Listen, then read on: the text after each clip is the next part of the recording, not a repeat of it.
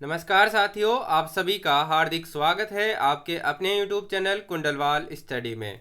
हम इस वीडियो में 20 सितंबर 2022 को आरआरबी ग्रुप डी की फर्स्ट शिफ्ट में पूछे गए जीके, जीएस और करंट अफेयर के क्वेश्चंस का 100% सही और सटीक एनालिसिस देखने वाले हैं, वो भी एक्स्ट्रा फैक्ट के साथ। तो चलिए देखते हैं कि आज कौन कौन से क्वेश्चन पूछे गए हैं। फर्स्ट क्वेश्चन है 42वां संविधान संशोधन कब किया गया। तो जो 42वां संविधान संशोधन है ये किया गया 1976 में। अब देख लेते हैं कि इस संविधान संशोधन द्वारा क्या क्या सब जोड़ा गया और क्या क्या संशोधन किया गया। तो इसके तहत जो संविधान की प्रस्तावना है उसमें समाजवाद, पंथ निरपेक्षता और अखंडता शब्द जोड़े गए हैं। इसी संशोधन द्वारा स्वर्ण सिंह समिति की सिफारिश पर संविधान में 10 मूल कर्तव्य भी जोड़े गए। इसी कारण इसको लघु संविधान भी कहा जाता है। अगला सवाल है रेल बजट को आम बजट में शामिल कब किया गया। तो इसको शामिल किया गया बजट 2017 में। अगला सवाल है ताउते या तोकाते चक्रवात कब आया था। तो ये भारत में चक्रवात आया 2021 में। अब इससे रिलेटेड फैक्ट देख लेते हैं। तो ये उत्पन्न कहाँ से हुआ। तो ये उत्पन्न हुआ अरब सागर में। और बात करें इसके नाम की तो इसको तोकाते नाम दिया म्यांमार ने। और इसके अर्थ की बात करें तो तोकाते का अर्थ होता है आवाज़ करने वाली छिपकली। अब जो और चक्रवात बच गए उनके नामकरण का भी देख लेते हैं कि किसने कौन सा नाम दिया। तो निसर्ग चक्रवात आया था, उसका नामकरण किया बांग्लादेश ने। और जो अम्फान चक्रवात आया था उसका नामकरण किया थाईलैंड ने। यह भी आपको याद रखना है। अगला सवाल है त्रिपिटक किस धर्म से संबंधित है। तो त्रिपिटक संबंधित है बौद्ध धर्म से। ये बौद्ध धर्म के ग्रंथ हैं और ये कितने हैं। तो ये है 3। अब कौन कौन से हैं। पहला है विनय पिटक, फिर दूसरा है सुत पिटक और तीसरा है अभिधम पिटक। अगला सवाल है संयुक्त नौसेना अभ्यास मिलन कहाँ आयोजित हुआ। तो ये आयोजित हुआ विशाखापट्टनम में। अब इसमें कितने देशों ने भाग लिया। तो इसमें लगभग 40 देशों ने भाग लिया। और ये जो संयुक्त नौसेना अभ्यास है वो कितने सालों के अंतराल पे होता है। तो ये द्विवार्षिक यानी 2 सालों के अंतराल से होता है। और बात करें इसकी थीम की तो 2022 की थीम थी कैमराडरी, कोहेजन और कोलेबोरेशन। अगला सवाल है नेपाल से कौन सी नदी निकलती है। तो नेपाल से कोसी नदी, गंडक नदी और घाघरा नदी आदि निकलती है। अब आपको ऑप्शंस में क्या दे रखा था वो सही हो जाएगा। अगला सवाल है आवर्त सारणी में बाएं से दाएं जाने पर परमाणु क्रमांक या परमाणु संख्या पर क्या प्रभाव पड़ता है।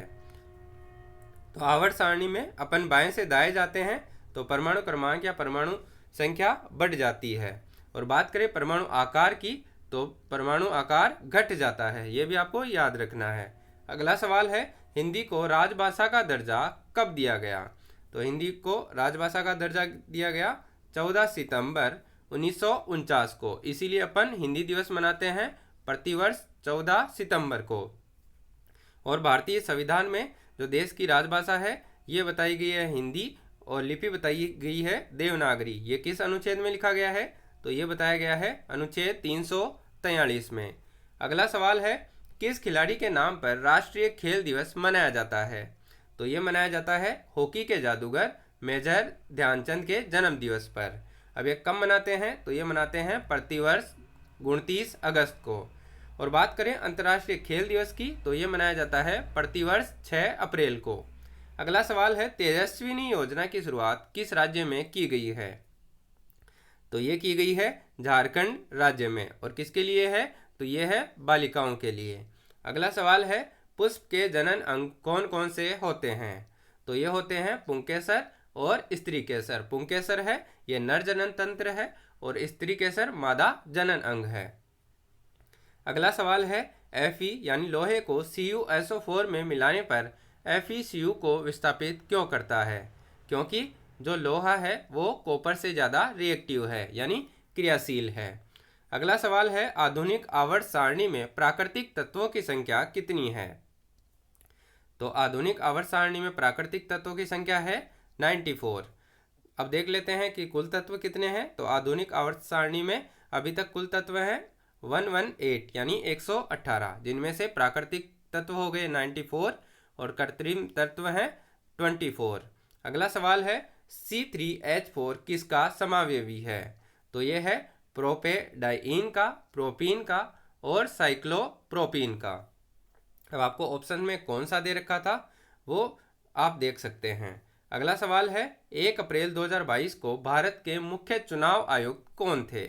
तो 1 अप्रैल 2022 को भारत के मुख्य चुनाव आयुक्त थे सुशील चंद्रा। और बात करें वर्तमान मुख्य चुनाव आयुक्त की तो ये है राजीव कुमार। और आपसे पूछ ले कि ये कौन से नंबर के चुनाव आयुक्त हैं? तो ये हैं 25वें मुख्य चुनाव आयुक्त।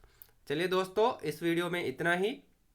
यदि ये वीडियो आपको अच्छा लगा हो तो इसे लाइक करें, अपने दोस्तों के साथ ज़्यादा से ज़्यादा शेयर करें और इस चैनल को सब्सक्राइब कर बेल आइकन को प्रेस ज़रूर कर लें ताकि आगे आने वाले वीडियोज़ के नोटिफिकेशन आपको सबसे पहले प्राप्त हो सके।